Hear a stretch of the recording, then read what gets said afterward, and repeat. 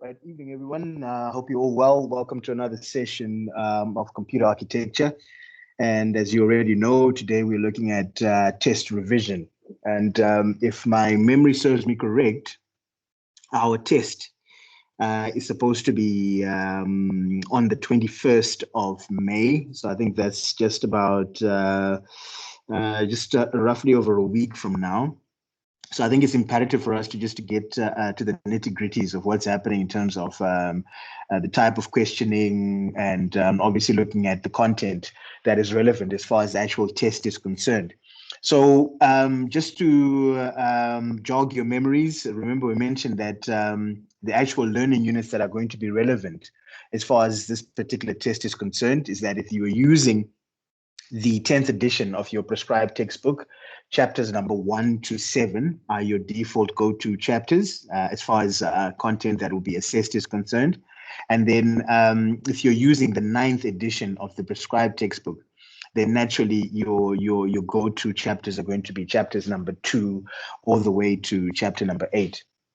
So in today's session, I think we'll look at what's happening with the 2019-2020 paper as well, just to, again, like I mentioned before, just to get comfortable with the type of questioning that is there. But I think it's also important for us to remember and understand that obviously when it comes to these past papers that we're looking at, it's more of a guideline than anything else. Just to obviously enable you to understand what's happening with the format. Obviously, examiners do change across the board. It's just imperative for us to understand that, okay, look, when we're looking at the actual material that is relevant for the actual test itself, we understand exactly what typically could be asked of. So if you look at what we've got on screen currently, these are just the typical examples of the type of terminology that is normally used as far as asking questions would go. So literally, when you're looking at the different types of questions that are there, remember the actual format of the assessment, like we've mentioned. I think when we last had our face-to-face session this past Saturday, we mentioned that you've got to multiple choice-based questions, you've got match columns, sometimes missing words, and then you also will need to discuss the whole concept of naturally long-based questions that are normally scenario-based. They'll give you a bit of a scenario and then ask you to typically deduce what's happening there, and then obviously provide a relevant and distinctive answer. And the type of question that you obviously asked is literally directly linked to the mark allocation associated with that question. So if you look at what we've got on screen, the typical examples of the type of questions you'll find, especially when you're discussing the long-based questions, normally that's within section B of your question paper. And this is obviously relevant to the exam as well, that you've got your discuss, describe, define, explain, briefly explain, identify, and then list as well. All right. Very rarely do you then find, analyze, justify, evaluate, all the way to compare there. But it's still important for us to know exactly what these particular terms mean, and obviously what is distinctively expected of you in terms of providing the appropriate answers to the questions that have been asked. So discuss, obviously, you're looking at if you want to look at it from a different point of view, both pros and cons of a specific setup. Normally, you've got a lot of marks that are normally allocated to discuss, describe, define, explain type of questions. When you're looking at identify and list in certain instances, all you're doing is just providing, for instance, a specific component as an argument. If they say list 5 components of the system unit, or 5 components found within the system unit, you're not literally expected to go into detail in terms of what that particular component does or what it's responsible for as far as the actual computer system would go. So that particular type of question, if it's 5 components, it's obviously going to be 5 marks rather. And then what you're actually looking at is, for instance, your CPU, your motherboard, your optical drive, your hard drive, RAM, and so on, inclusive of your PSU. Those are all examples of components that you find within the actual system unit. So if you're asked to list or identify in certain instances. That's just a question of you listing as is without giving any explanation. That's the reason why you find within the list part there, you've got give the bare essentials associated with your particular setup. So if you were to look at, let's just see if we can properly identify what's happening here, there. Right. So the type of questions that you'll typically find, obviously discuss is one of them, describe, like we mentioned, define, explain, briefly explain, literally identify, and list. Those are some of, if not the most common types of questioning techniques that you'll find for your specific paper. And like I said before, this obviously goes into the exam as well. In some instances, you will discover true, false questions, but most of those type of questions have fallen away now. But normally you'll find they'll give you a statement and ask you to state whether it's true or false. If it is false, for argument's sake, they'll then say, state why it's false, or probably correct the statement, as a typical example of the type of questions that you'll find within that environment. But like I mentioned before, you'll discover that most of these, in terms of questioning, have distinctively fallen away as far as the whole concept of configuration would go. So that's a typical example of what you've got in terms of the type of questioning that you're likely to find as far as your specific papers there are concerned. So what we're going to do as well is look at a basic example of what an assessment brief looks like before we obviously move into the 2019 as well as the 2020 paper as well, just to familiarize ourselves with what's happening in that regard. So if you look at what I've got on screen in the next couple of seconds here. All right, so if you look at what is now on screen for everyone, hopefully there, you're looking at the content that is obviously going to be covered as far as the actual test would go. So like I mentioned before, you're looking at the whole concept of learning units 1 to 2. And as far as these particular learning units are concerned, naturally, they cover chapters 1 to 7 for the 10th edition, like we've mentioned before, and obviously chapters 2 to 8 for the 9th edition. So you've got multiple choice questions, match columns. The true false that I was mentioning earlier on typically fallen away. So it's an example of the 2019 assessment brief. But you might discover that obviously for the 2021 assessment brief, or the whole concept of what's happening with assessments as far as this year is concerned, that probably that might still pop in. And like I mentioned before, identify or list which one is true, which one is false. And if it's false, like I mentioned before, just state the actual reasoning behind. And then your short questions, looking at explanations, comparisons, descriptions. And in certain instances, you also find short to medium length paragraph type of questions as far as your specific paper would go. Essays are literally out. Practical computer networking questions are also not applicable, obviously because of the content that you'll find there within learning units 1 and 2. And then obviously your data response questions, default go-tos. So now, if you were to look at what we've got in terms of the actual paper we want to look at, or the different types of papers we want to look at, it's going to be a 60-mark paper. I think this is most of you were present last week would obviously relate to this. 60 marks, 1 hour. Normally you're given between 5 to 15 minutes of reading time.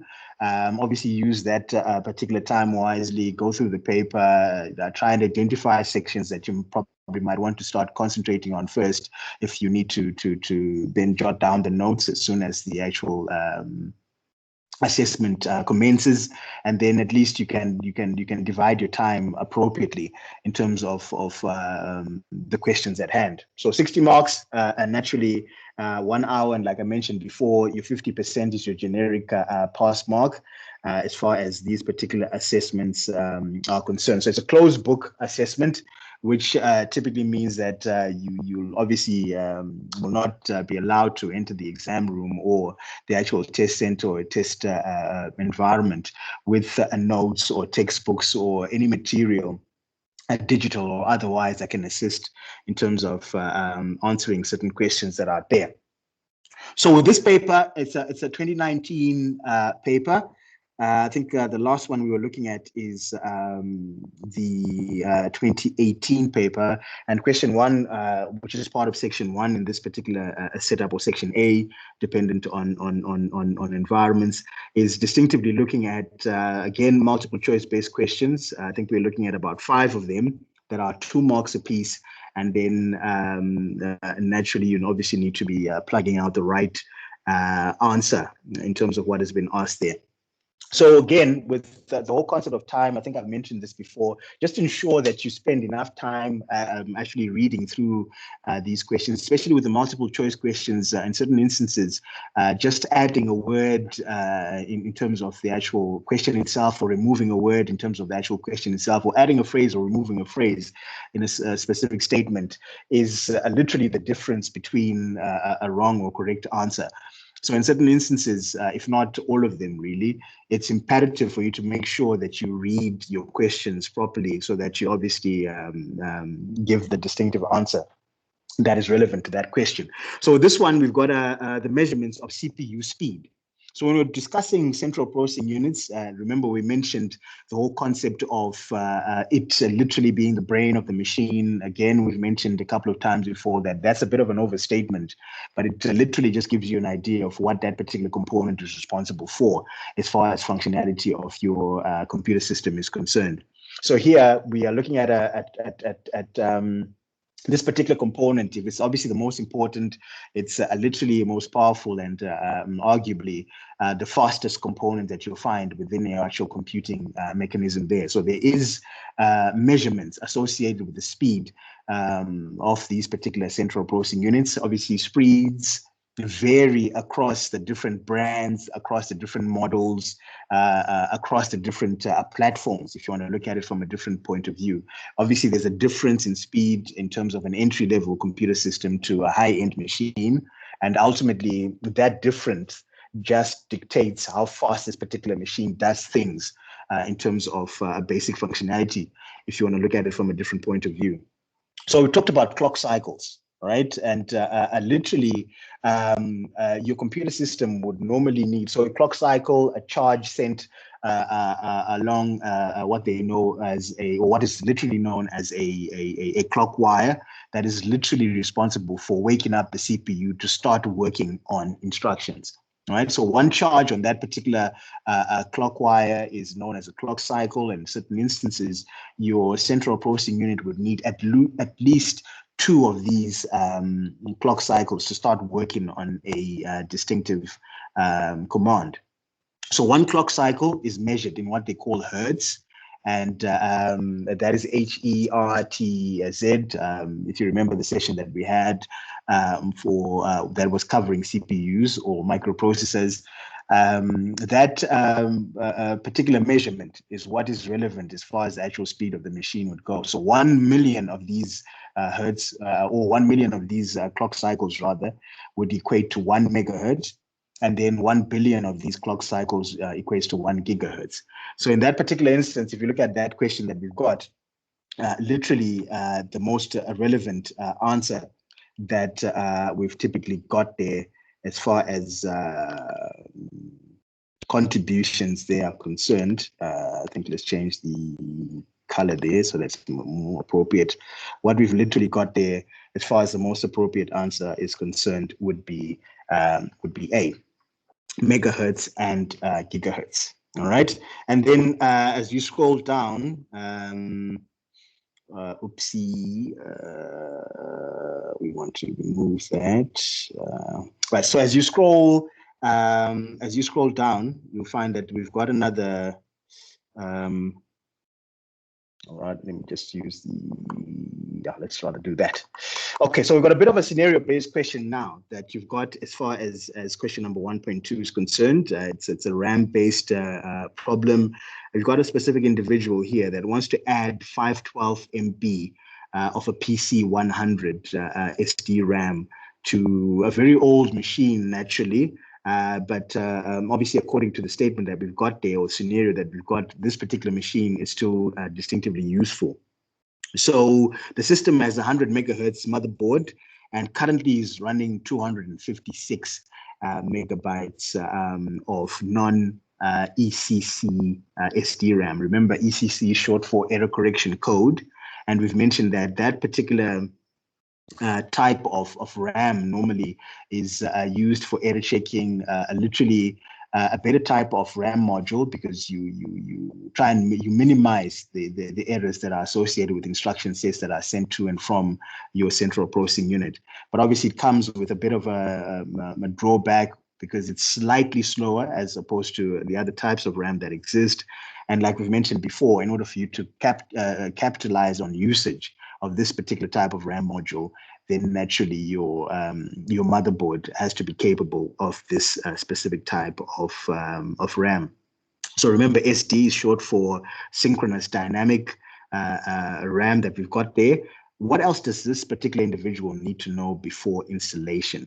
So remember, we've got the actual speed. We also have the actual type of the RAM that is there. So if you look at the options that we've got, for instance, A is what speed. We already know what the speed is, so that one is out.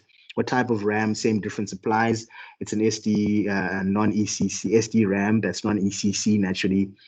The number of pins, just look at connectivity really.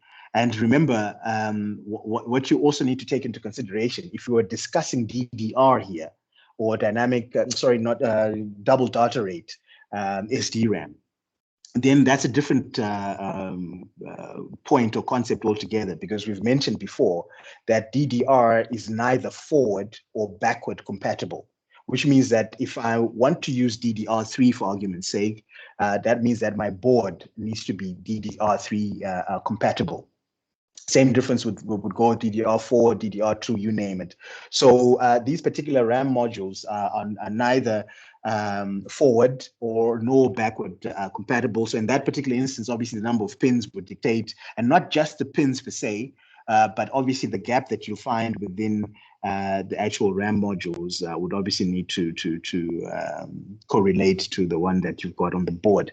But it's imperative for us to understand, this is an aging machine, right? So it's imperative for us to understand, can the system actually handle that much RAM that this particular individual wants to plug in? As old as it is, naturally it's imperative for us to find out, can you handle that much RAM? And it's quite interesting, because even with the later machines, or the later day machines, or the latest machines, if you want to look at it from a different point of view, you also still need to find out whether that upgrade you want to take into consideration is still applicable when it comes to that particular board itself. Because in some instances, you might have the slots there, and so on and so on and so on, but there's a maximum amount of RAM that your particular board is capable of. So that becomes our default go-to as far as that particular question there is concerned. So D is your default go-to.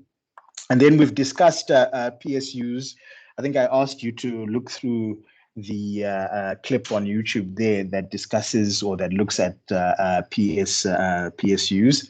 And naturally, when you're looking at the whole concept of ATX, we mentioned that ATX short for Advanced Technology Extended, and its main purpose, the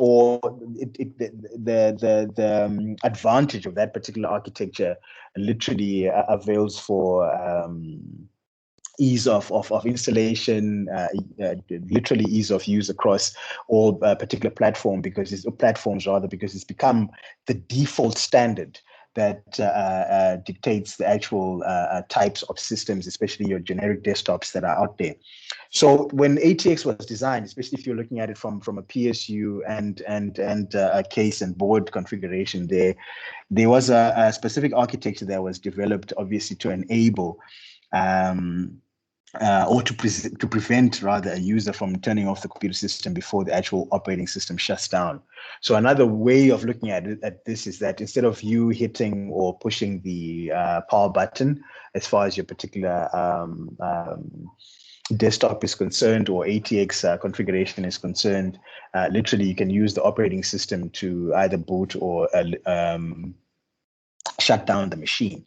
And the specific term that you're looking for in that environment is what is known as soft power. Remember, sleep mode is just you looking at safeguarding or rather saving energy. If you want to look at it from a different point of view, when your machine is idle, naturally you can put it into sleep mode there, and then naturally wake it up should you need to start working on it. CMOS setup, obviously that wouldn't work for us because we are looking at the whole concept of the operating system. So naturally, your machine should have already booted to your desktop to enable you to use this feature.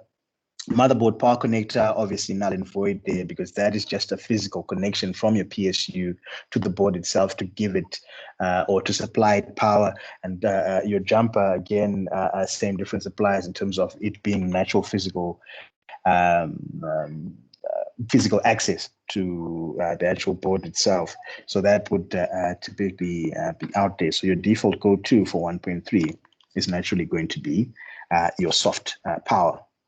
Now, we discussed the troubleshoot theory in our previous session. And literally, this is just determining or defining the way in which you'd solve issues that are experienced as far as your particular computer systems are concerned, and arguably not just limited to the computer systems at large, but obviously anything within the ICT space generically. You've got a troubleshoot theory that has been defined that enables you to ensure that you provide the right solution to a given problem. And with these type of questions, it's also important for you to identify that they've mentioned here that according to this specific type of theory.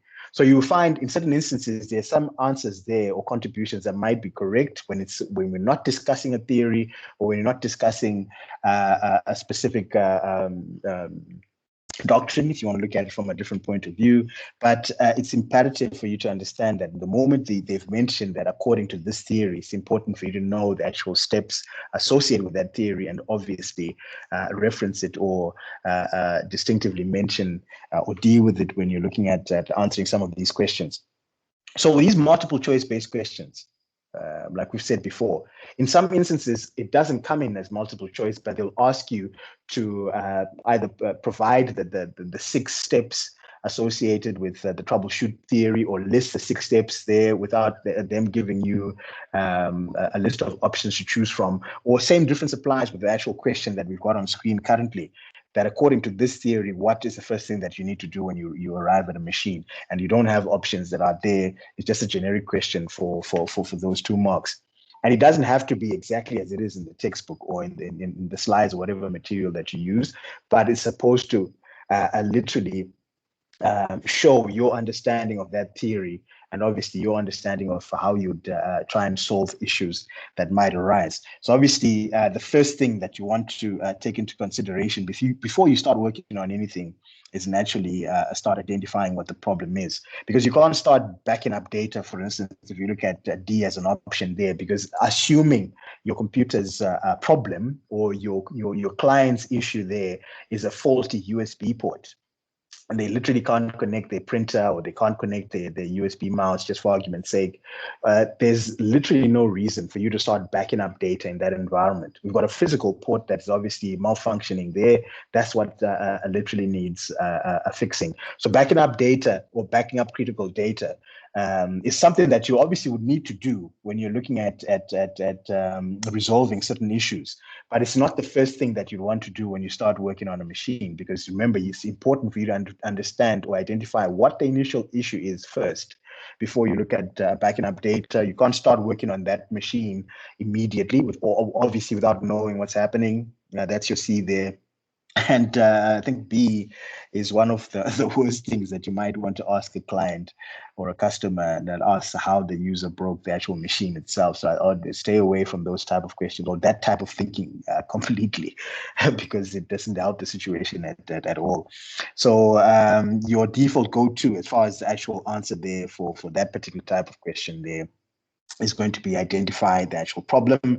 And then the last question that we've got for the first section is another scenario again, I think it's also imperative for you to know that with these scenario-based questions, there will be some content that is literally relevant to the actual question, or literally relevant, or doesn't really determine what the actual question, not question per se, but what the actual answer would be. So it's very important for you to understand that the fact that this particular individual has an older Pentium system does not determine the actual answer for this particular question, because at the end of the day, the actual issue that we've got is a CMOS configuration mismatch error. That's what we're looking at. So if you want to look at it from a different point of view, the entirety of the first sentence there is not relevant to the actual answer that needs to be provided in this particular instance. So here we've got a system that powers up, starts to run through post, but obviously stops. And then when it stops, it's displaying a CMOS configuration mismatch error. So remember, when we've mentioned this before, especially when you're discussing the boot sequence of your machine, and we said that with a generic boot sequence, all right, you need, there's certain stages and steps that are distinctively followed there. All right, so ultimately you've got your power good wire that is responsible for literally waking up the most important component, which is your central processing unit, and then you've got your post, and then you've got your bootload, and then naturally your operating system loads. So in this particular instance, so if we were to look at it from a different point of view here, let's see if we can quickly discuss this differently. So if you look at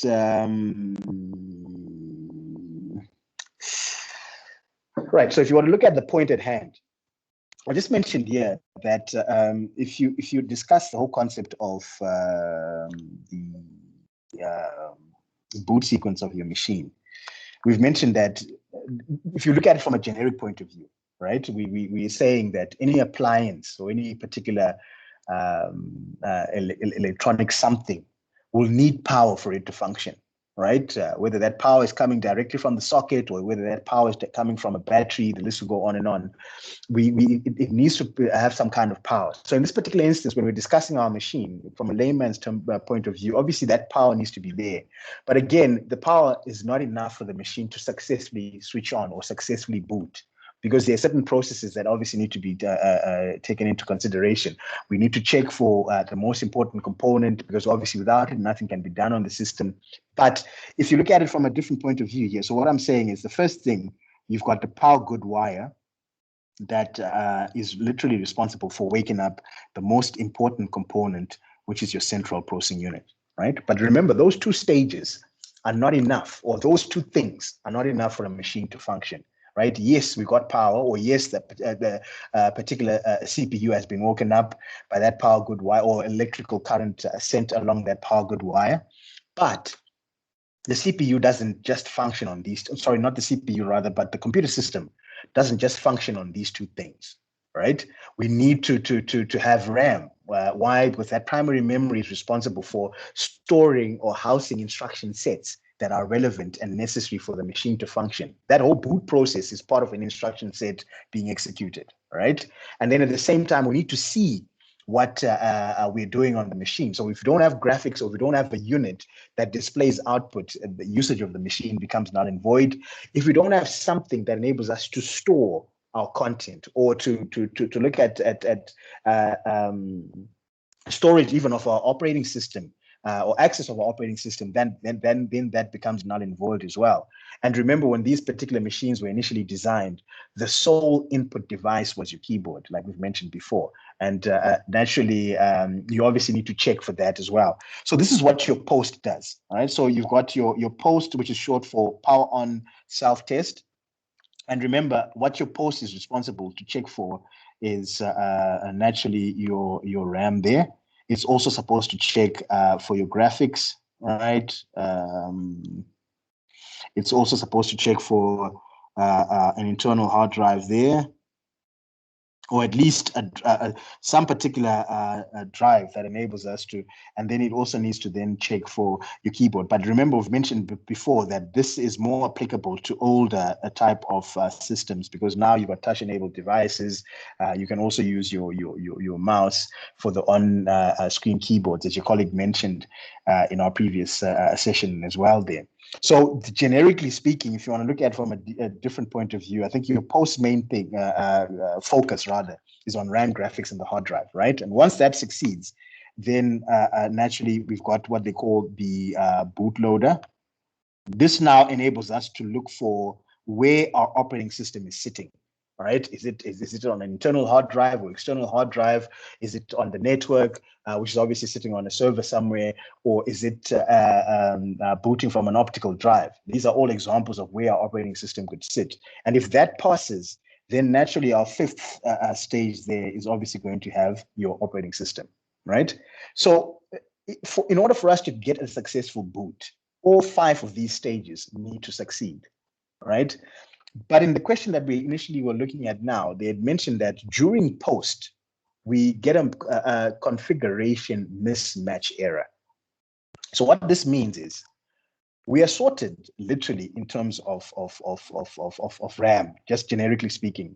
The graphics is there because otherwise we wouldn't be able to see that error, right? So our graphics is typically incorporated. What's happening with my stylus here now? Okay, there you go. So our graphics is there. But the mismatch error that you might typically encounter, all right, is obviously the hard drive that we've plugged in that is probably a 2 terabyte hard drive or a 1 terabyte hard drive, 500 gig hard drive, is not identifiable by the actual system itself, or it's not being identified as such by the system, right? So remember what CMOS does. So here, just for argument's sake, it means that we are getting our CMOS mismatch error in terms of the actual drive that's there. So probably our drive is there, but literally is not being identified as a specific drive as far as your system would go. So what you now need to look at and concentrate on literally is that we've got firmware that was mentioned before, which we said that firmware is also known as BIOS, and these are services or programs that enable literally the central processing unit to talk to hardware devices, right? If you want to look at it from a different point of view. So ultimately, without BIOS, the CPU it gets difficulty in terms of interacting with the hardware components, whichever hardware components you've got in your system. So this BIOS needs to have its settings kept somewhere. And these settings are kept in what they call CMOS. If you look at the firmware lecture there, if you've looked at it, obviously what I'm discussing is familiar territory. So what's happening is that your CMOS is responsible for enabling us to read or access BIOS or your firmware.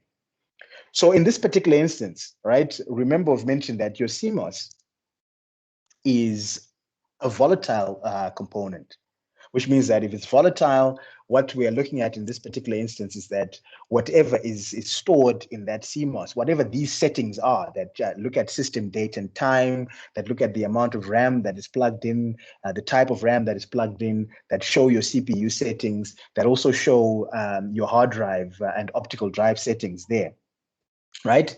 In order for content to be saved there,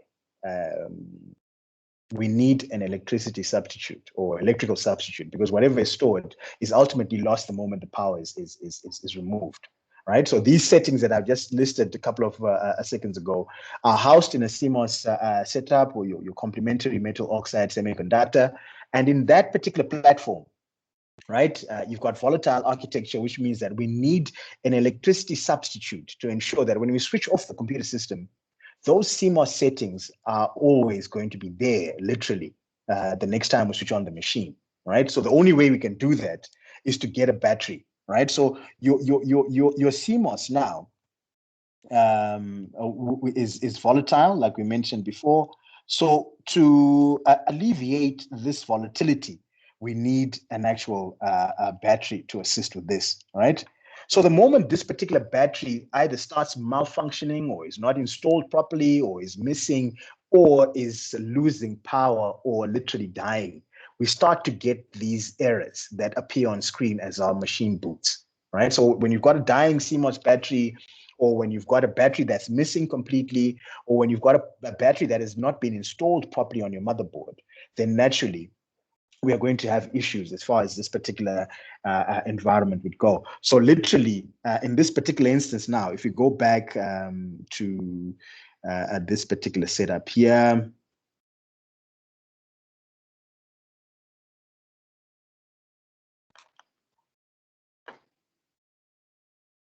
so if we go back to the initial question that we had, right, the reason why we are getting these CMOS configuration mismatch errors is that we've got a dying CMOS battery, right? The whole concept of it being a bad CPU, bad RAM, excuse me, or corrupt BIOS doesn't help the situation here, or is not talking to that situation here, because we've already run through post. So obviously, as we boot the machine, it means that the power good has been successful. It means the CPU has been identified.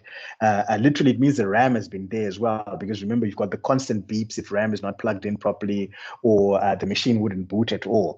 So our distinctive answer there, that the most appropriate answer for us, is going to be a dying CMOS battery. So that's our section A, or the first question rather, as far as this particular paper is concerned. So you've got your 10 marks there, 2 marks apiece. Again, like I said before, some of these questions can come not as multiple choice, but as distinctively short based questions where you now are given a scenario, given an actual question directly, and then without options, you're asked to provide a distinctive answer there. Then you've got match columns. To be honest, I think this one becomes quite simple to a certain extent, because you've got the answers literally right in front of you in this particular instance. And you could also still find the same paper or the same format coming in without your column being populated. So your column B would be blank completely, and then you're distinctively asked to incorporate the right content in this regard. So here we've got column A, and you need to obviously match with what's happening as far as column B there is concerned. So the first question, intentionally running our system at a clock higher than CPU was rated to, or by the way, higher than what the manufacturer has rated your CPU to literally run at. And I think we've mentioned this before when we were looking at the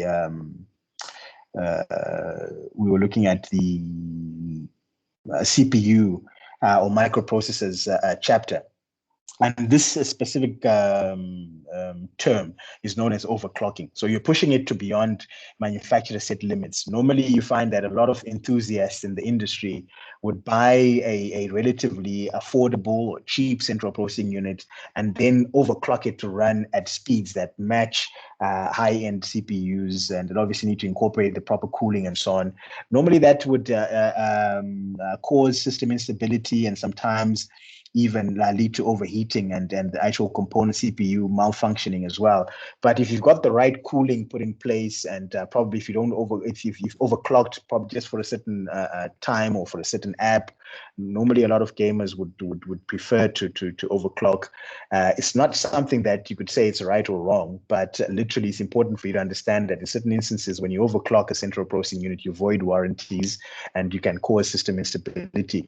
But if you've got the proper mechanisms put in place, especially the cooling and obviously the calculations accordingly for the multiplication there, then you shouldn't really have too much of an issue in that regard.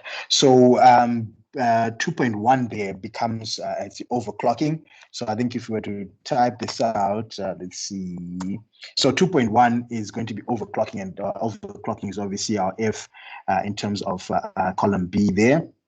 And then the second one, the term that describes the delay. Remember, we've mentioned again before when we were discussing the whole concept of CPUs and RAM, that since RAM is our generic storage location for instruction sets that are awaiting execution, right, or that need to be literally acted upon and executed. Because the CPU is the fastest component as far as your machine is concerned, right, relatively, there will always be some point in time where the CPU requires instructions from the RAM faster than the RAM can supply. So there will always be some kind of delay that is there when you're looking at functioning your central or looking at executing instructions. So if you look at it from a different perspective, this particular delay is normally known as they call it CAS latency. So if you look at it from a different point of view here,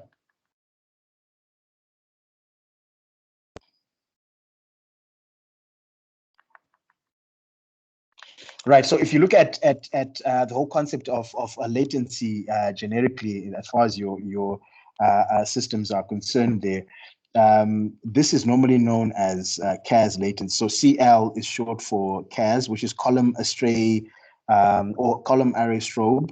That so latency. And this just defines the delay in which your RAM sends instructions to the CPU, right? So normally you find that certain RAM modules would be listed as, for instance, CL9, others listed as CL11 there, for argument's sake, others probably listed as CL5, right? In this particular instance, the 9 is representing the actual figure in terms of the delay, if you're looking at it from a time point of view. So your nanosecond configurations, if you're looking at it from a different point of view. So literally what this means is, for what we've listed on screen currently, the faster type of RAM there, or the faster RAM associated with this particular latency, is obviously going to be CAS latency CL5 there. So the smaller number is the faster component, or the smaller number is the faster RAM module, because that obviously it shows less time associated with the actual latency that is there. So if we go back to the actual paper that we're discussing now, what you've got for that particular question, I think that's B there. It's going to be the actual term that we're looking at as far as this particular setup is concerned is going to be a latency. So that one is D. So the second one there is going to be D. And then shape and size.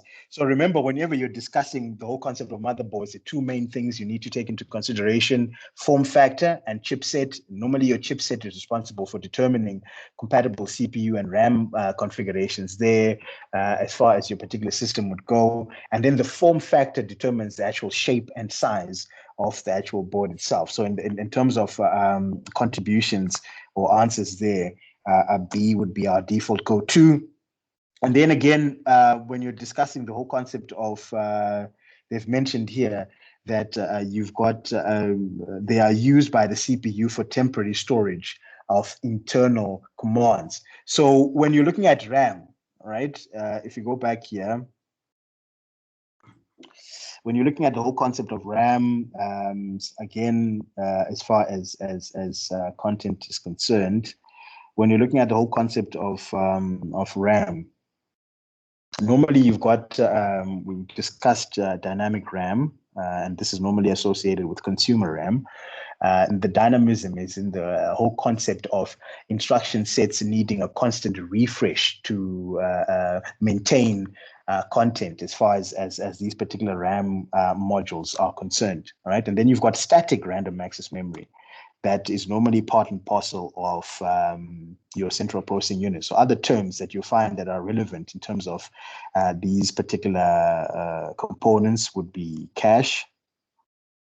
And in some instances, you might also find the term registers associated with SRAM.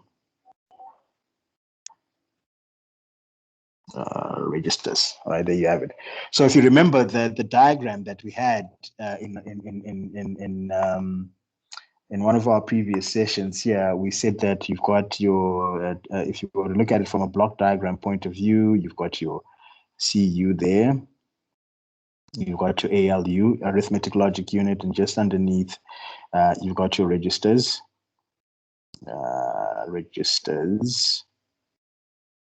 And then obviously you've got your RAM or your main memory there, right? Just for argument's sake there. So what you've got an address bus that links the actual central processing unit, and normally we mentioned that that particular component there is what your actual CPU is all about. So you can look at it from a different point of view. Different literatures would obviously incorporate different content, but the underlying architecture remains the same. So the registers and your generic RAM are all locations of storing instructions and whatever data that the CPU needs. But obviously, to avoid a bottleneck in terms of the way in which the central processing unit gets these instructions from RAM, there has to be another temporary storage location within RAM, or that runs at least at the speed of RAM, the speed of the CPU, that accommodates or alleviates that bottleneck. So I think I got myself tongue-tied there a couple of seconds ago. What I was typically putting across is that within your central processing unit, there has to be another type of storage component that is there that literally runs at the same, tries to match the speed of the central processing unit to accommodate for a fluid instruction collection and obviously execution. So this is what your registers are responsible for. And like we were mentioning earlier on, a specific term associated with these registers is your static random access memory or your cache. And then here we are discussing a dynamic random access memory. So the fastest type of RAM you can get is static. Because your states there don't need a constant refresh as far as the actual setup is concerned. So here, what we've got as far as our particular paper is concerned here.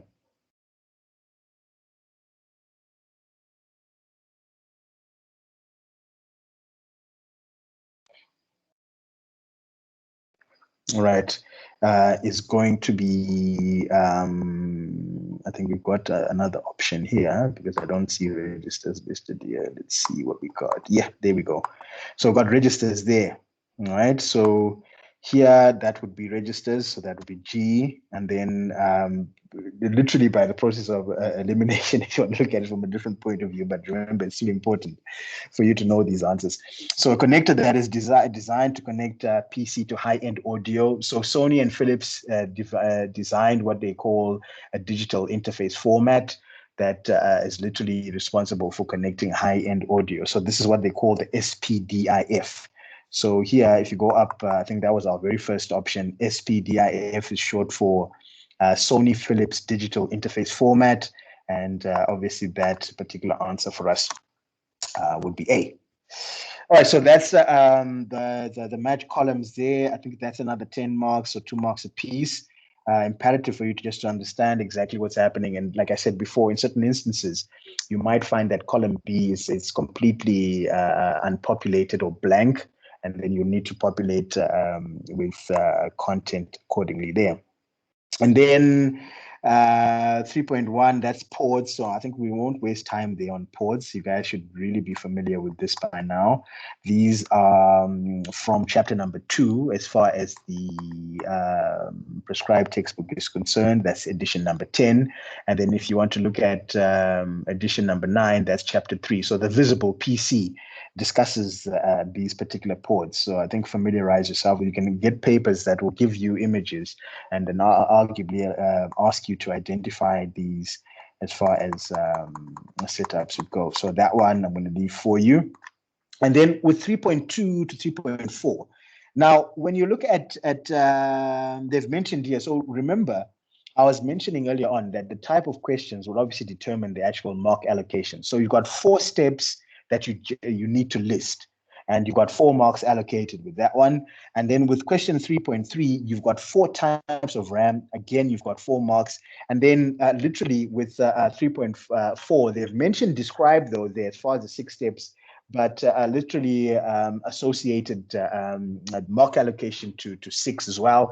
But remember, if you're discussing the whole concept of a troubleshoot theory, literally all you're doing there is listing what each one of those stages are without generically describing, if you want to look at it from a different point of view. But you'll discover now when we go through that question that you're listing the steps and literally would look at you describing what each one of those steps would be.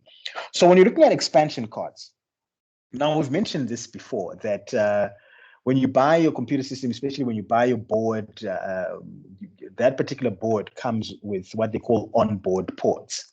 So you've got an onboard USB port, onboard graphics card, or onboard a graphics port, your audio ports. The list will go on and on. So these particular ports or physical connection points for peripheral devices that would include your monitors, your printers, your scanners, your speakers, your keyboards, and so on, are part of the actual board itself. So they come as part of the actual motherboard or as part of the printed circuit board. But there's certain instances where you discover that the sound that is there, or in terms of the sound card, the inbuilt sound card, or the inbuilt graphics card, or the number of USB ports that are there, are not sufficient for what you want to use the machine for. So you might want to look at a more dedicated, advanced graphics card, for argument's sake. Same difference would go with sound. Same difference would go with additional ports, for argument's sake.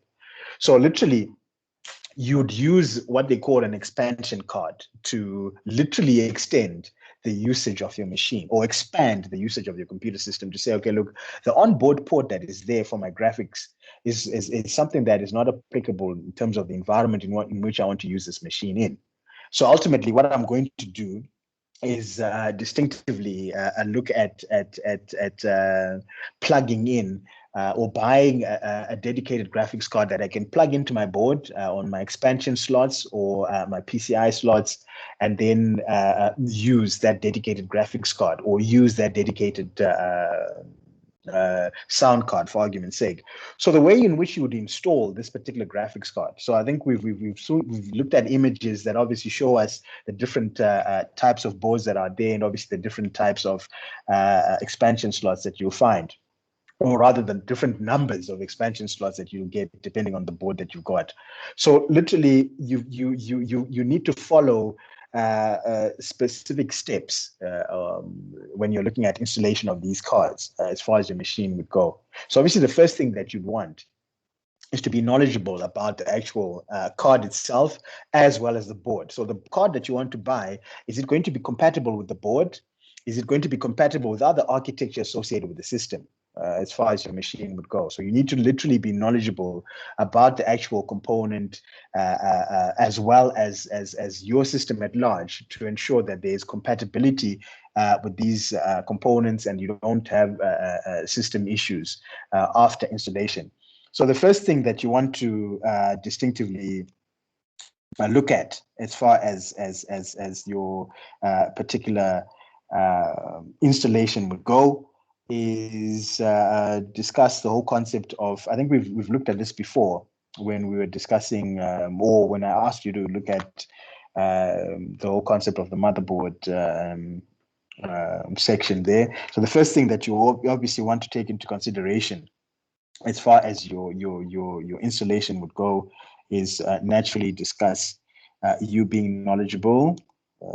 So knowledge is the first thing. So they've mentioned 4 steps there. So you've got knowledge.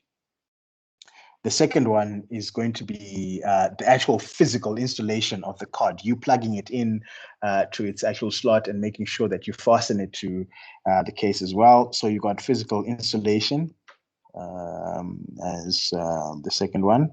Now remember, when you've done this, you've dealt with the physical aspect of it.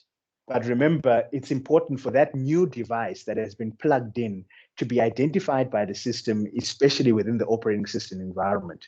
Because obviously at a core level, these particular cards come with what they call their own BIOS, or BYOB, which is short for bring your own BIOS, or naturally also come with what is called an option ROM component that stores the BIOS associated with this particular card to enable it to become part of the system, or to enable the CPU to be able to talk to this particular device at a core level.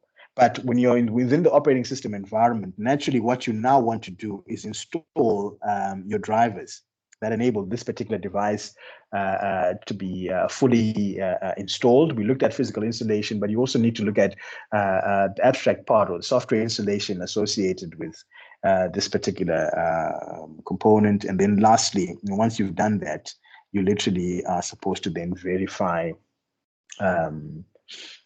system functionality, or verify the functionality of this particular component. So you need to be knowledgeable. So these are the 4 steps, or 4 stages that they've literally asked you to list: knowledge of the particular device, physical installation of that particular graphics card, or that particular sound card, or that particular device at large, and then the drivers that need to be installed to ensure that this particular card works, especially within the OS environment.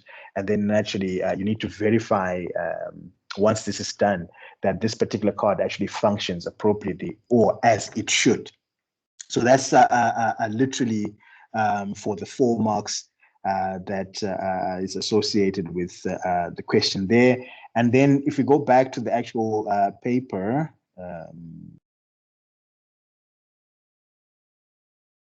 we've got another question there with 4 types of RAM. Now, remember, I think in one of the other papers we looked at, the one that we looked at on Saturday, if I'm not mistaken, it asked for 3 types of SDRAM. So there's a difference between RAM generically and SDRAM. So if you look at SDRAM, right, you were already discussing synchronous dynamic RAM, right? And we mentioned that with that particular type of RAM, you've got your DDR, you've got your DDR2, you've got your DDR3, you've got your DDR4, you've got your DDR5, as all examples of the different types of SDRAM that exist. But this particular question is now specifically asking about the different types of RAM in general, not specifically pointing to an actual type of RAM. So if you want to look at it from a different point of view, what do you actually have as far as this particular question is concerned? The SDRAM that I was talking about earlier on is a typical type of RAM. You can also even discuss the static random access memory that we were mentioning, which is associated with registers or cache. You can talk about dynamic random access memory as a typical example. You can also even discuss a VRAM, right? Your video RAM. You can also even discuss, remember, Rambus was the one that initially started architectures that were working within the synchronous dynamic configuration. Ultimately, they were the sole designers of that quad pumped FSB, but naturally because of problems in terms of deployment or problems in terms of manufacture, most of the other companies leaned towards DDR as a default go-to. So you've got RD RAM as well, which is obviously associated with Rambus. So these are the different types of obviously RAM that you distinctively can use. There's a difference between SDRAM and RAM generically. I think it's important for you to take cognizance of that fact. So when you're answering, that's the reason why I was saying sometimes when you look at these particular questions, ensure that you read the questions appropriately and you know exactly what is needed. Because like I said before, just adding SD in front of RAM there changes the question completely if you're looking at the whole concept of what you provide as answers. And then with the 3.4 question there, as far as this particular example there is concerned, I think we can make some space there. They've asked you to list 4. So this is just a troubleshoot theory. Remember, the first thing that you want to do is identify, oh, come on. We want to write this accordingly. So identify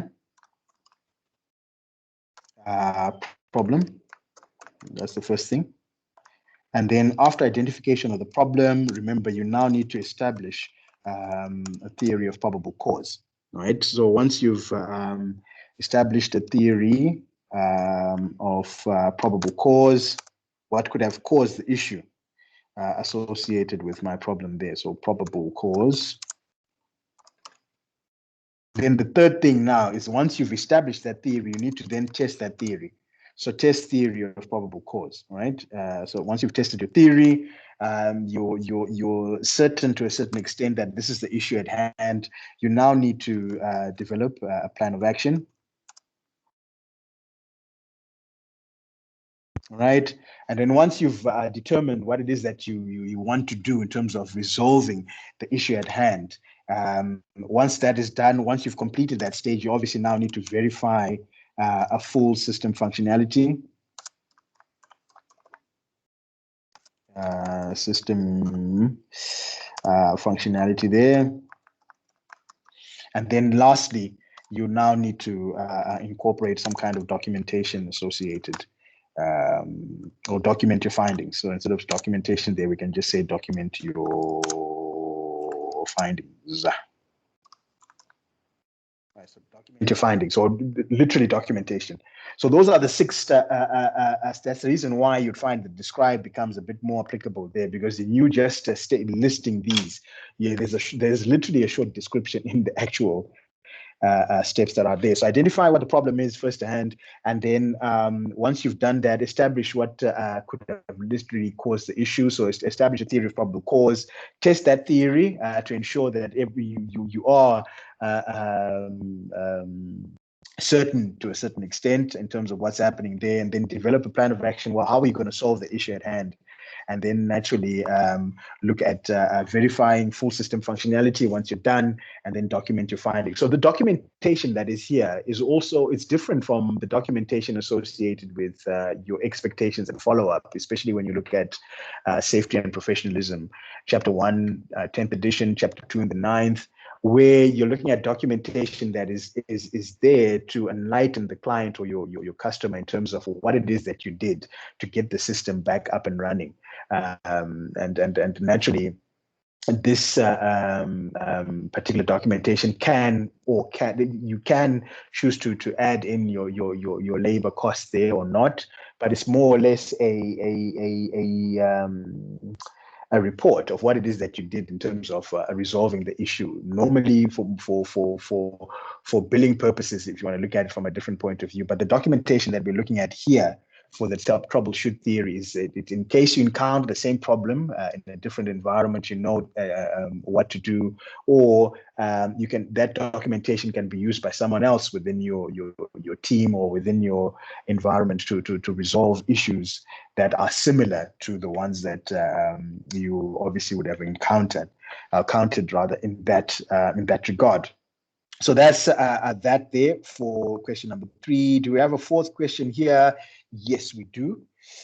So with this one now, we've got a CPU set up, right? So now remember, we've got an individual that's upgrading. I think we've mentioned already before that upgrading and you building a machine from scratch can be identified as something or things that are literally different. Why? Because when you upgrade, you obviously are taking into consideration already existing architecture or components that are there. When you're starting from scratch, literally everything is new in that environment. So there should be a difference in terms of the way in which you look at this particular issue. So when you look at 4.1, they've mentioned that you've got an individual who wants to upgrade the CPU, explain how she can prevent the CPU from overheating. Now, the CPU is always literally working. Yes, you'll have idle times, but it's always going to be working, and naturally it's bound to generate heat. And if this particular heat is not taken care of accordingly, then the component would overheat and get damaged, and ultimately also damage other components because remember it's connected directly to your actual board itself. So if you want to look at the whole concept of cooling in this regard, what we are discussing here is, I think let's go back to our notes here. Let's add a couple more slides so we can have enough to populate. All right. So if we go back to what we've got as far as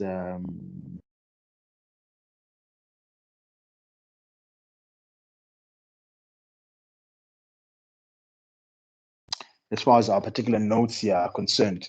Ultimately, what we're stating in this regard is that we need to consider cooling. How can we prevent it from overheating? So obviously cooling is your default go-to, all right? So in essence, we are discussing cooling here, right? And as far as cooling is concerned, remember the first thing that you want to incorporate when you plug in the new CPU, obviously the steps of removing, you remove your fan, you remove or disconnect the fan and then remove it, remove your heatsink, and then ultimately remove the actual central processing unit. If the heatsink and the fan come as one unit, normally OEM or original equipment manufacturer cooling, you are just removing the fan and the actual heatsink as a one unit, and then you remove the distinctive central processing unit. But obviously, the first thing that you want to incorporate when you plug in the new central processing unit or the new CPU is your thermal paste or thermal compound. So you've got thermal paste there, which is also known as thermal compound or heat dope.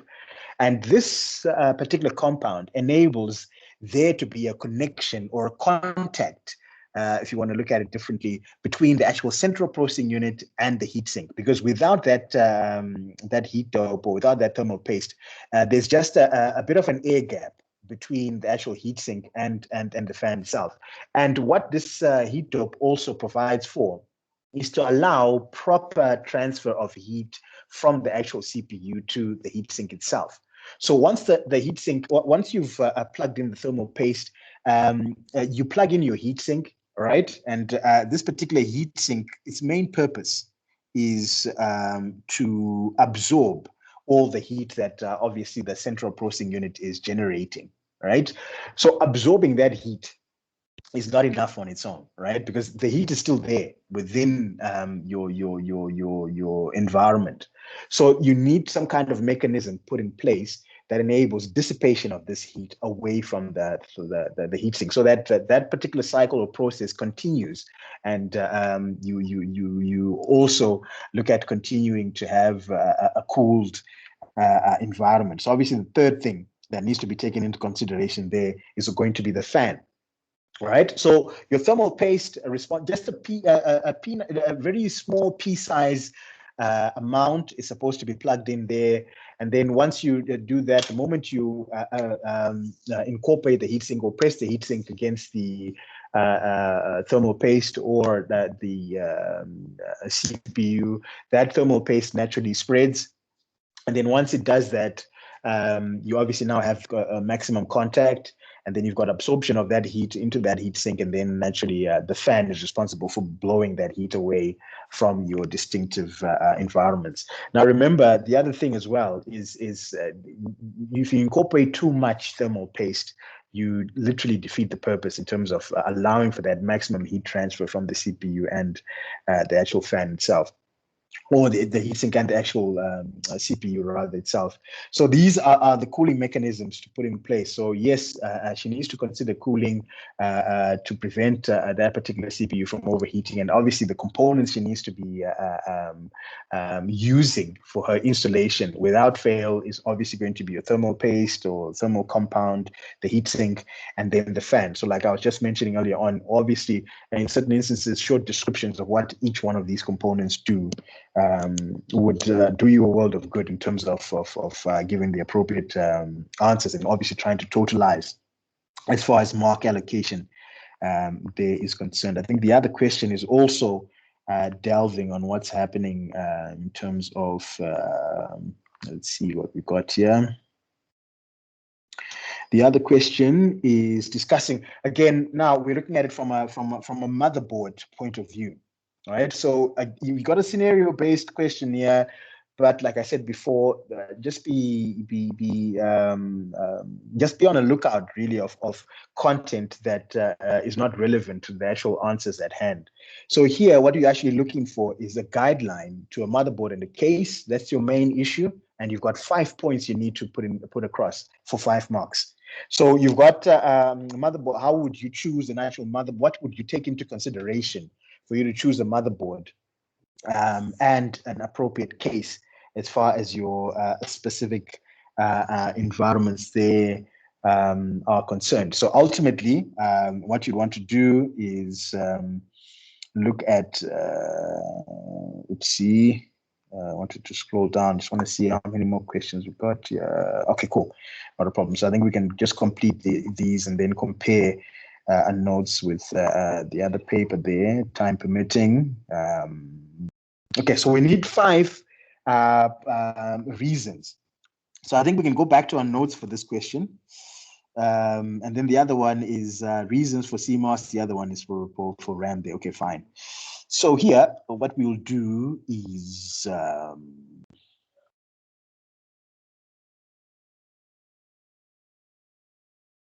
right. So we are looking at a board, right? So what are we going to consider when we are looking at a mother? Normally, and remember, not even normally, in its entirety, really, the motherboard is the backbone of any machine. Literally, the where any particular machine is built as far as configurations would go. Because remember, while the CPU might be the most important component, while RAM is necessary, and so on and so on and so on, these particular components don't exist as lone entities. Your CPU needs to actually be plugged onto the motherboard, right?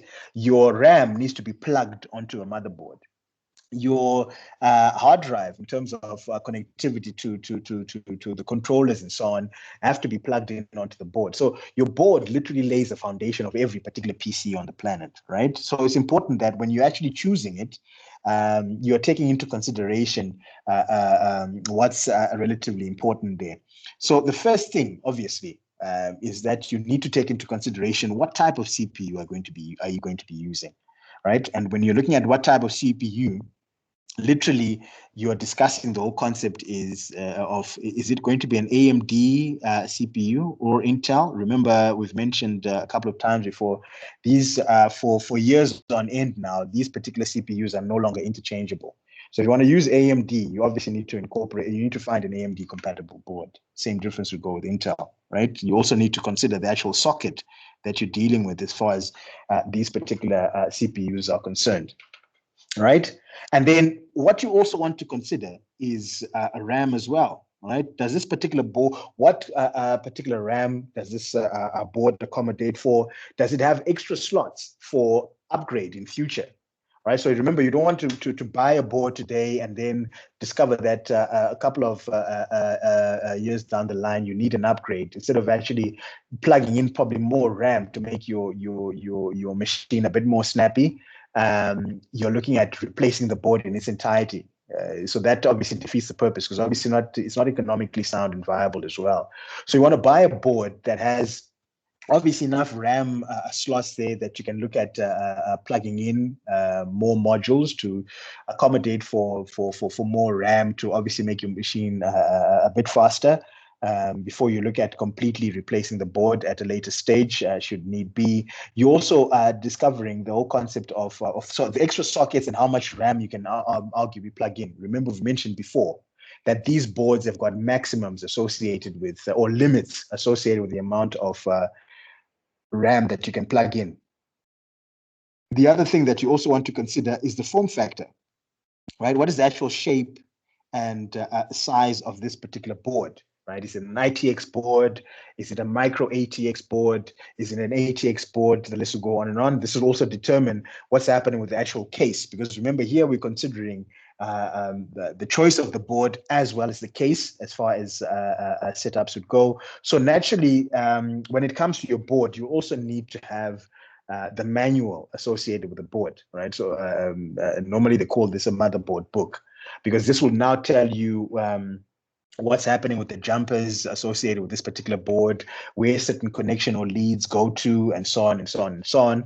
That particular manual or book enables you to troubleshoot any issues appropriately as far as your specific setup would go. So it's literally a source of very critical information associated with the actual board itself. So here you'd also need to consider your manual, your motherboard manual. So this is also known, like I mentioned before, a motherboard book as far as your setup would go. And then remember, you'd also need to consider generically the type of case you're going to be plugging in this particular board in, All right, is it going to be a slim line? Is it going to be a mini tower? Is it going to be a desktop? Is it going to be a mid tower?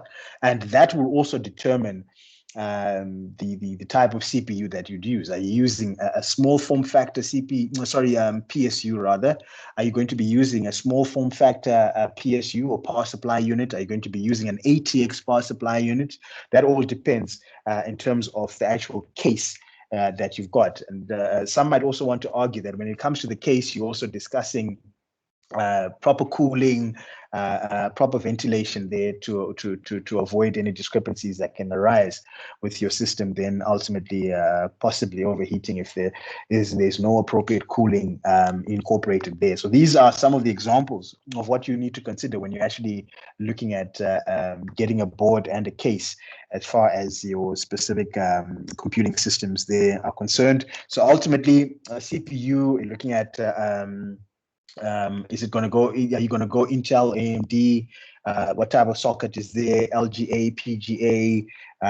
What's happening with the RAM? Have you got extra slots per se that you can actually plug in more RAM to make your system a bit faster when you're looking at upgrading? What's the actual form factor, shape and size? The actual manual that is relevant in terms of showing you critical information about the actual motherboard itself. And then normally that's obviously for troubleshooting purposes.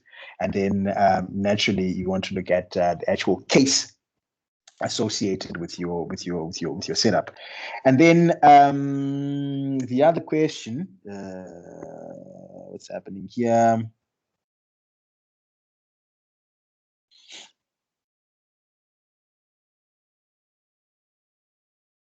So the other question, issues that point to RAM problems, if you look at it from a different point of view. So after whatnot, again, another scenario-based question, but important for you to identify what is relevant and what isn't in that particular question. So here we've got two errors that might point to RAM problems, all right? So literally, as far as this is concerned, we can distinctively discuss system lockups. So you've got system lockups there. Normally, you find a lot of individuals mentioning your machine hanging or the machine being frozen. This is a typical example of what's happening as far as your RAM setup is concerned. When you're discussing RAM, remember we mentioned virtual memory. So sometimes you can get page faults.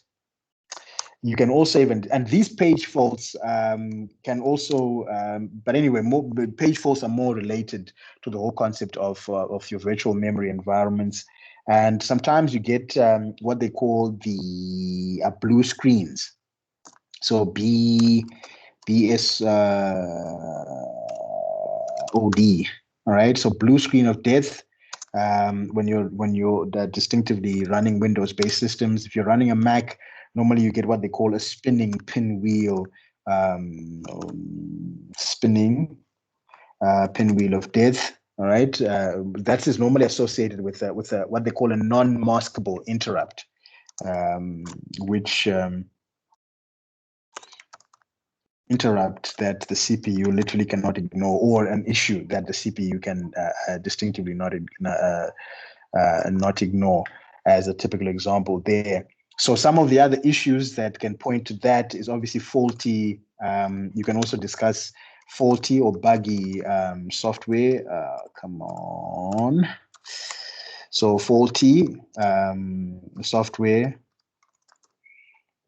You can also discuss faulty hardware in this particular instance. You can put it as a separate platform, really, in certain instances. And then you can also even discuss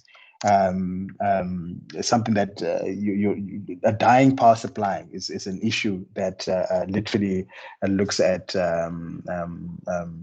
pointing to RAM problems there, or that can cause RAM problems. All right. Another thing as well, things like interference, especially if you're looking at electromagnetic interference and so on. So I think probably from this particular aspect, these are your default go-tos when it comes to your RAM. So your system lockups, your page faults, your BSOD, these non-maskable interrupts, and then your faulty hardware and faulty software. So again, like I was mentioning before, you can actually have number 5 there as faulty hardware, because that can be a separate contributions if you want to look at it from a different point of view. So as a typical example in terms of what's happening with your BSOD, most of you might have experienced this before. So ultimately, what you've got in this particular instance, let me see if I can quickly show this on screen. In 2 seconds, yeah.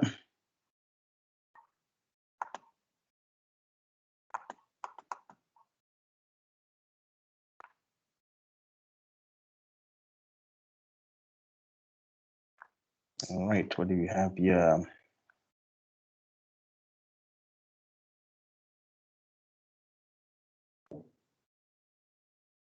So there you have it. So this is a typical example of a blue screen of death.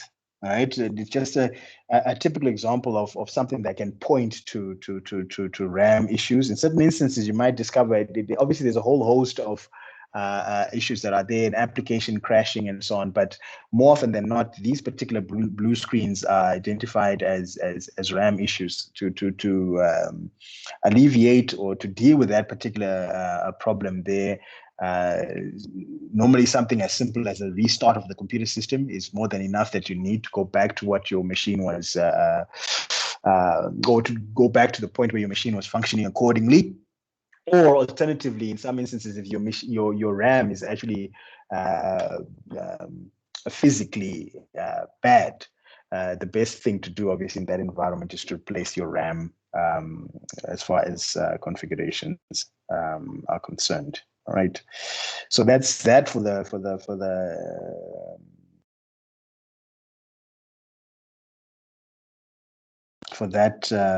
part of the question. I think our last, where are we here? So our last question there quickly is going to be, I think question number 4, if I'm not mistaken. Let's have a quick look here.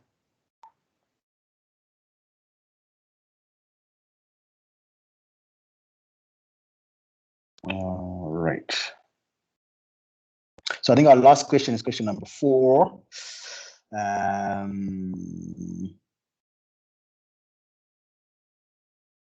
Where are we? Okay, so here. So provide a name and function. So if you look at,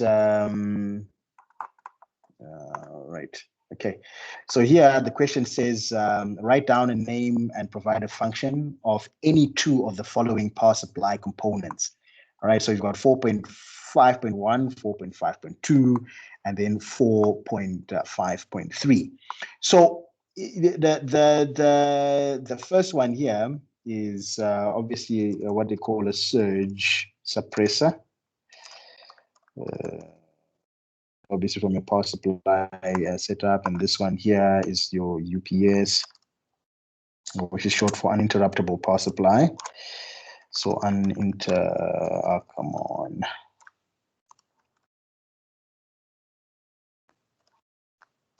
So uninterruptible power supply here. And then the third one, this should be a circuit tester. So normally you find that if you've got socket problems, instead of actually, so this is a circuit tester, right? So I think the last thing that let's just quickly go through, because I think it's imperative also for us to familiarize ourselves with what's going on here. So this is the power supply chapter here. So here, give me 2 seconds. What do I have? What do I have?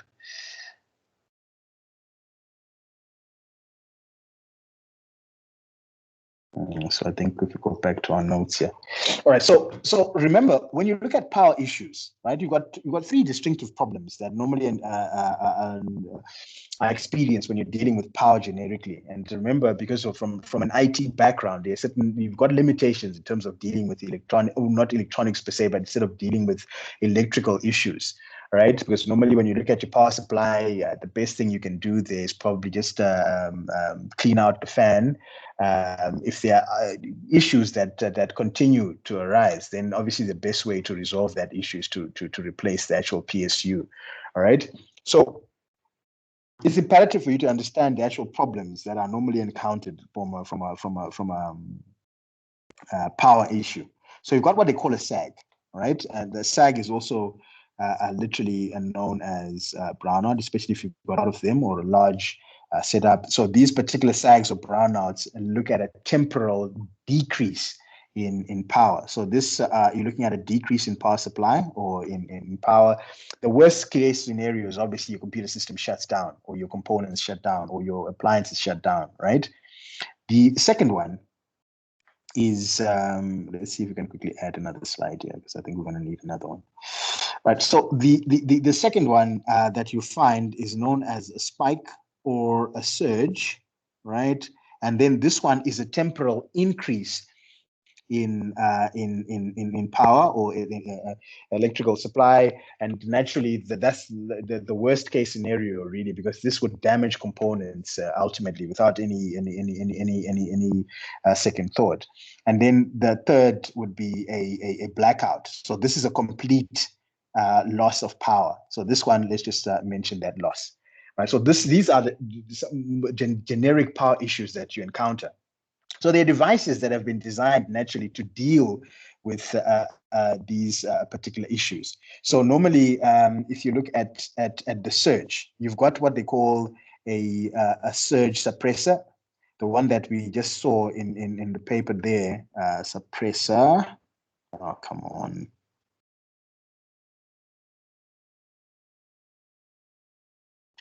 So surge suppressor there, right? So what normally happens as far as this particular component is concerned, it's there to minimize the impact of the actual spike or the surge. Because remember, like we've mentioned before, literally when you're discussing a spike or a surge, it's a temporal increase, like we were saying a couple of moments ago.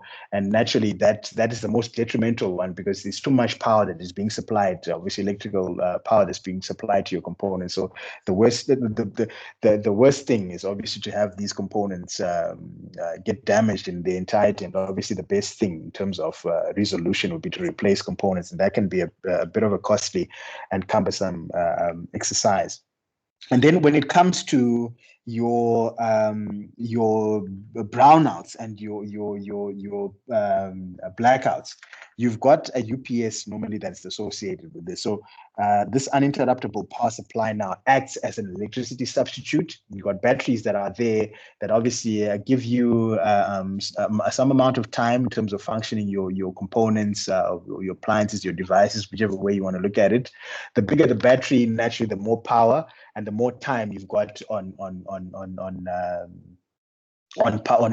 electricity substitute. All right. So if you've got a blackout, complete loss of power, at least you can have probably another 4 hours of power with that UPS, or 2 hours, 30 minutes. It all depends in terms of the actual size of the actual UPS or interruptible power supply. So this would assist in that regard as well, as far as your particular configurations, right?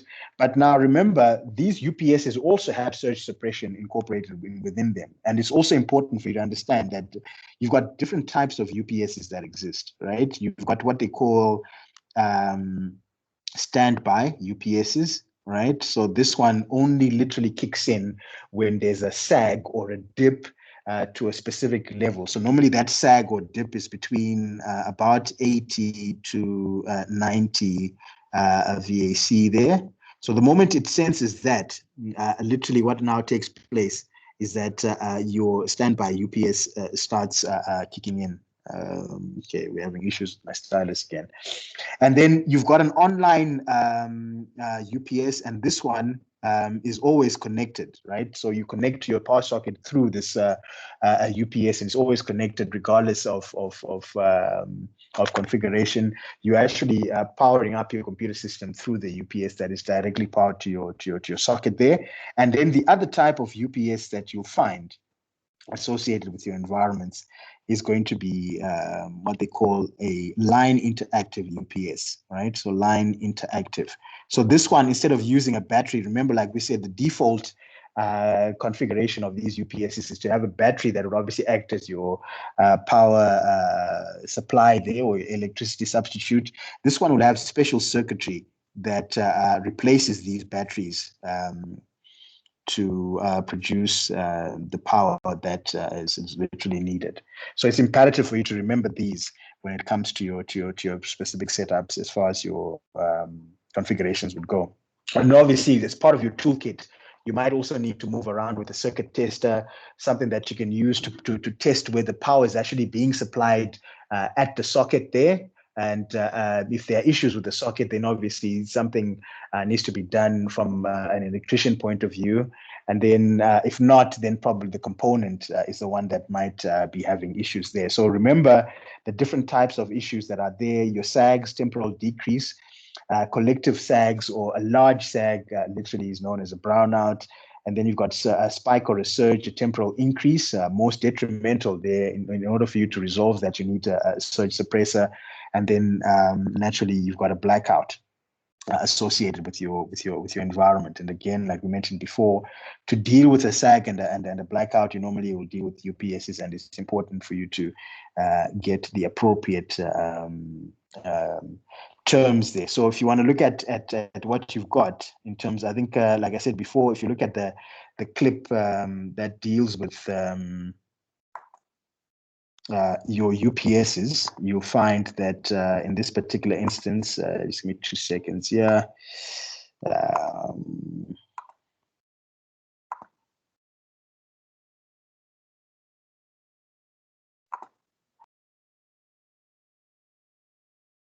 Okay, so that's a typical example of what a surge suppressor with a cable and telephone line protection configuration would look like.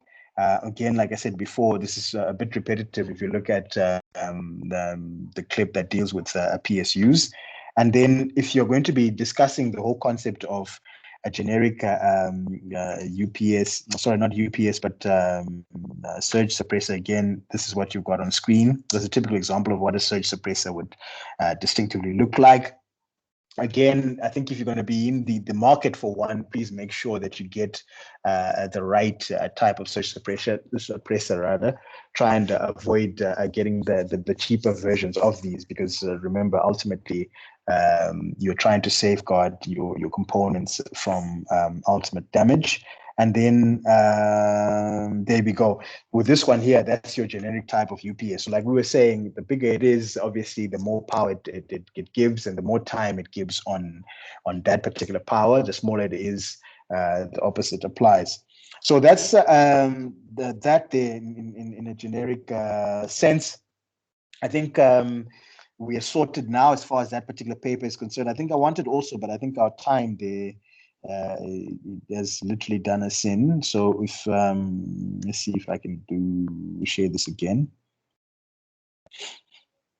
So I think what you can do for me is possibly if you can look at the 2020 paper, that in terms of format, ultimately slightly different, but one and the same thing really, because it was more of a take-home assessment. All right. So obviously the amount of content that was relevant was important in that regard, and obviously appropriate referencing was supposed to be incorporated as well. So look through the 2020 paper, and then also look at the 2019. There are a few questions, obviously, that are relevant to learning units 1 to 7, as far as these particular exam papers are concerned as well. So you can look through that content. So have a quick look at the 2020 paper, which is similar to what I've got on screen there. Again, like I've mentioned before, I think I've uploaded these on your revision section as far as your Blackboard or VC Learn is concerned. But again, you can access these off eShelf as far as your electronic library platform for the campus or the college is concerned. You can see past papers all the way from 2015 to 2020. I've discussed 2015 to 2017 papers in previous clips. Do yourselves a solid and have a quick look at those as well. So possibly look at 2020 and also look at the 2019 paper. As far as content there is concerned, I think if you look at this particular paper, obviously there will be, since it's an exam, it's covering everything that is relevant as far as the actual module would go, but there'll be certain questions that are obviously relevant. So here, if you look at the 2019 exam, you'll find that question 1, your match-based columns, is largely learning units 1 to 7. And then if you look at questions 3 and 4, if I'm not mistaken, so question number 3 for the 2019 exam are also relevant to, or is also relevant to the actual learning units 1 to 7. So you might find that the same type of questions here would be applicable as far as your actual test would go. So look at question 3 and then also question number 4 of that past paper. So question 3 and 4. And obviously, once you've looked at this, I think the next time we've got session is Saturday. Probably have a quick discussion on these to assist. We were supposed to be looking at, I think, the practical part of that particular session to assist with the assignment. But I think we'll move that to possibly the 22nd or the 5th of June. Dependent on obviously the campus having the material that we need, but we'll still forge forward, look at those questions, look at those past papers, like I said before, 2020 and then the 2019 exam questions number 1, 3 and 4. Then we can discuss these on Saturday and then literally move on to other content that is relevant as far as module content there would go. All right, so that is that one. Let's see if I can quickly unmute. I think might have a couple of individuals that either have questions or contributions before we call it a day. All right, what do I have here? Just give me a couple of seconds. Feel free to type so long should you need to. While I quickly look at adjusting the settings. Yes. So if you want to have a quick chat, feel free to unmute your mic there. Let us hear your questions, contributions, or concerns. Anyone? Any contributions, concerns from the floor?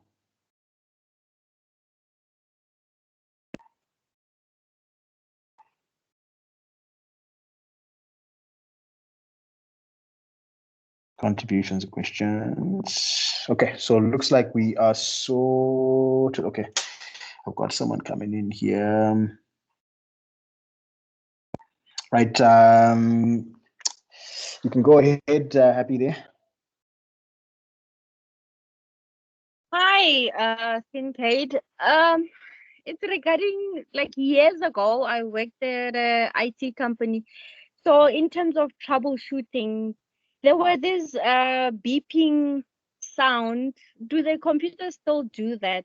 Like Yes, have a they do. beeping sound if you didn't properly install, let's say you didn't properly put in especially a RAM. Yes, keyboard and things like that. yes, exactly. So that normally those are, remember, these are default configurations that are there. So still that particular architecture still exists. So normally you find if you've got a problem with your video card, same difference applies with RAM. RAM, normally you'll find that you'll have a blank screen and your computer system will continuously beep over and over and over.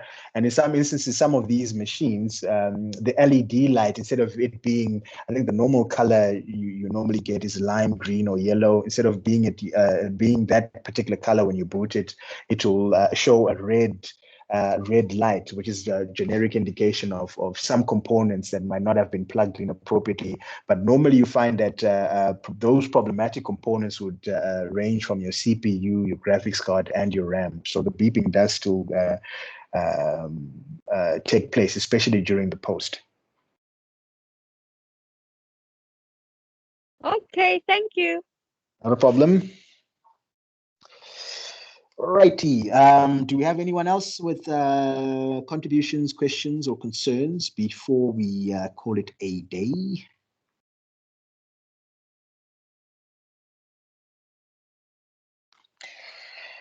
Okay. Thanks for attending, guys. Stay safe. Keep smiling. Be of good spirits. We'll see you in the next session, which is on Saturday. Cheers.